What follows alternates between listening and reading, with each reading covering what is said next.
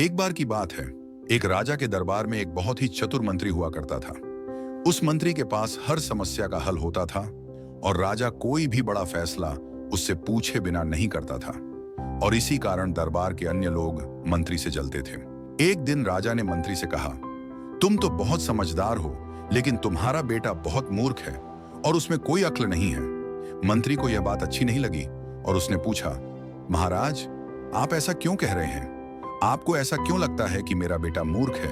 राजा ने कहा, हर सुबह जब मैं जनता से मिलने बाजार जाता हूं, तो तुम्हारा बेटा भी वहां होता है। मैं रोज उससे पूछता हूं कि क्या ज्यादा कीमती है, सोना या चांदी, और हर बार वह कहता है चांदी। यह सुनकर दरबार में सभी लोग हंसने लगे और मंत्री को बुरा लगा।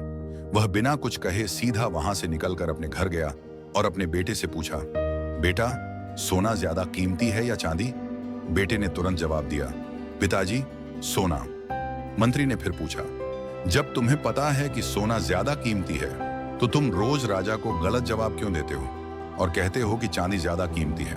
बेटे ने जवाब दिया, पिताजी, हर सुबह जब राजा जनता से मिलने बाजार आता है, तो वह मुझे बुलाता है।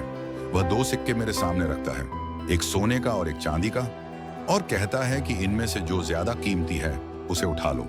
मैं हर बार चांदी का सिक्का उठा लेता हूं और राजा हंसकर चला जाता है। मंत्री ने फिर पूछा, तुम रोज चांदी का सिक्का क्यों उठाते हो?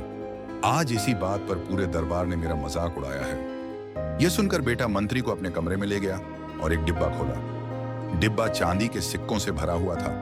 बहुत सारे चांदी के सिक्कों देखकर मंत्री हैरान रह गया और पूछा, तुम्हारे पास इतने सारे चांदी के सिक्के कहां से आए?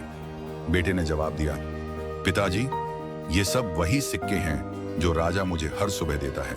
जिस दिन मैंने राजा को सही जवाब दे दिया और सोने का सिक्का उठा लिया, उस दिन से राजा सवाल पूछना बंद कर देगा और मुझे रोज चांदी का सिक्का मिलना बंद हो जाएगा।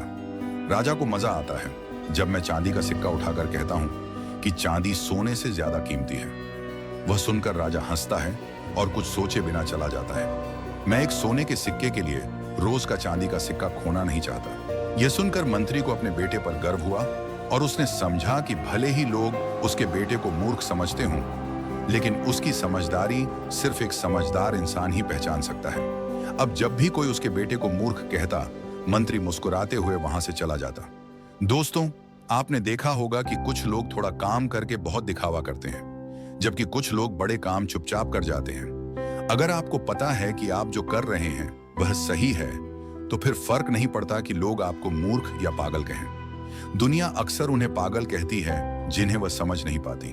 अगर आपको यह कहानी पसंद आई हो और ज्यादा से ज्यादा लोगों तक पहुंचाना चाहते हो, तो इस वीडियो को लाइक जरूर करें और चैनल को सब्सक्राइब करें। मैं अगली बार फिर मिलूंगा एक और ऐसी ही कहानी के साथ। तो धैर्य रखें, कृतज्ञ रहें और जीवन में आगे बढ़ते रहें।